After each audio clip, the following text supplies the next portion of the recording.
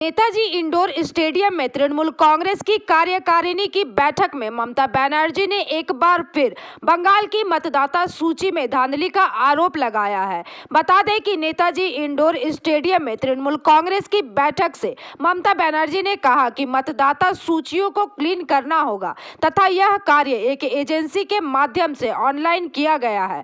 वहीं इस दौरान माननीय मुख्यमंत्री ममता बनर्जी ने महाराष्ट्र और दिल्ली सहित विभिन्न राज्यों में चुनाव में भाजपा की धांधली को उजागर करके उसे चुनौती दी है। टीएमसी की बैठक में ममता बनर्जी ने आरोप लगाया है कि भाजपा ने हरियाणा और गुजरात से फर्जी मतदाताओं को खड़ा कर दिल्ली और महाराष्ट्र में चुनाव जीता है।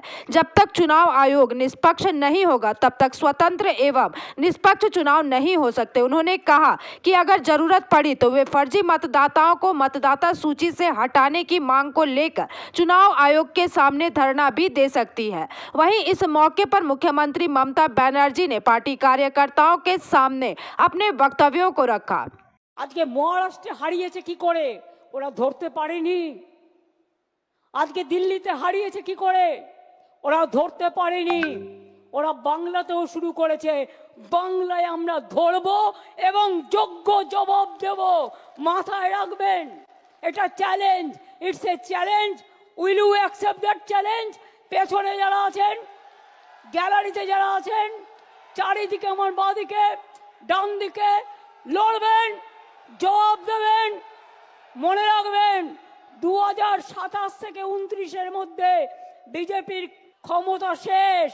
কাজেই ওদের বিরুদ্ধে যা যা করার বাংলাকে ওরা টার্গেট করেছে, তার কারণ অন্য কেউ লড়তে পারে না, বাংলা লড়তে পারে। নেত্রী তিনি যা বলার বলেছেন।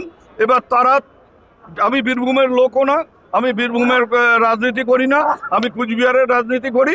কুচবিহার নিয়ে কোনো প্রশ্ন থাকলে বলতে কালকে সকালে মহারাষ্ট্র দিল্লিতে কারচুপি করে হারানো হয়েছে এবং কাল আজকের থেকেই কিন্তু ভোটার লিস্ট কারচুপিতে নেমে পড়তে হবে দলীয় কর্মীদের। কি বলবেন? পরিষ্কার তো, এটা তো আগেই বলে দিয়েছেন আমাদের। এবং আমরা আবার বলছি যে এটা বাংলা, এটা মহারাষ্ট্র না, এটা দিল্লি না। দিল্লি মহারাষ্ট্রে যা করা হয়েছে সেটা যদি এখানে করতে আসে তার ফলাফল ভয়ঙ্কর হবে, ভয়ঙ্কর হবে। যারা জল দিয়ে ভোটার লিস্ট তৈরি করবে তাদের হাঁটুতে জল জমবে, সেটা আমি একটা সভায় দাঁড়িয়ে বলে দিয়েছি। তাদের হাঁটুতে জল জমানো হবে। তিনি বারবার বলছেন যে সংঘবদ্ধ হয়ে লড়াই করতে হবে, কিন্তু যেটা দেখা যাচ্ছে অবশ্যই হবে।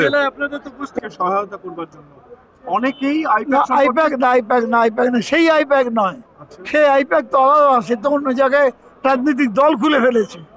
এটা হচ্ছে পরবর্তীকালে আইপ্যাক নামে কিছু লোক কাজ করছে, তারা কিন্তু এরাই তো 2023 সম্মান ছিল, স্যাংটিটি ছিল, সেটাকে মোদী সরকার যেভাবে পদদলিত করছে এবং ষড়যন্ত্র করছে বিপক্ষ দলের প্রতি, যে রাজ্যে তাদের শাসন ক্ষমতা নেই তাদের প্রতি, সেই একটা দূরভিসন্ধিকে তিনি উন্মোচিত করেছেন।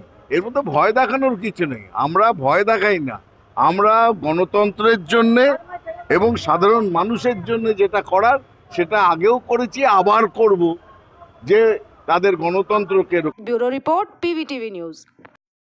नियमित अपडेट एवं दुनिया भर की ताज़ा खबरों के लिए हमारे फेसबुक पेज को फॉलो एवं यूट्यूब चैनल को सब्सक्राइब करें।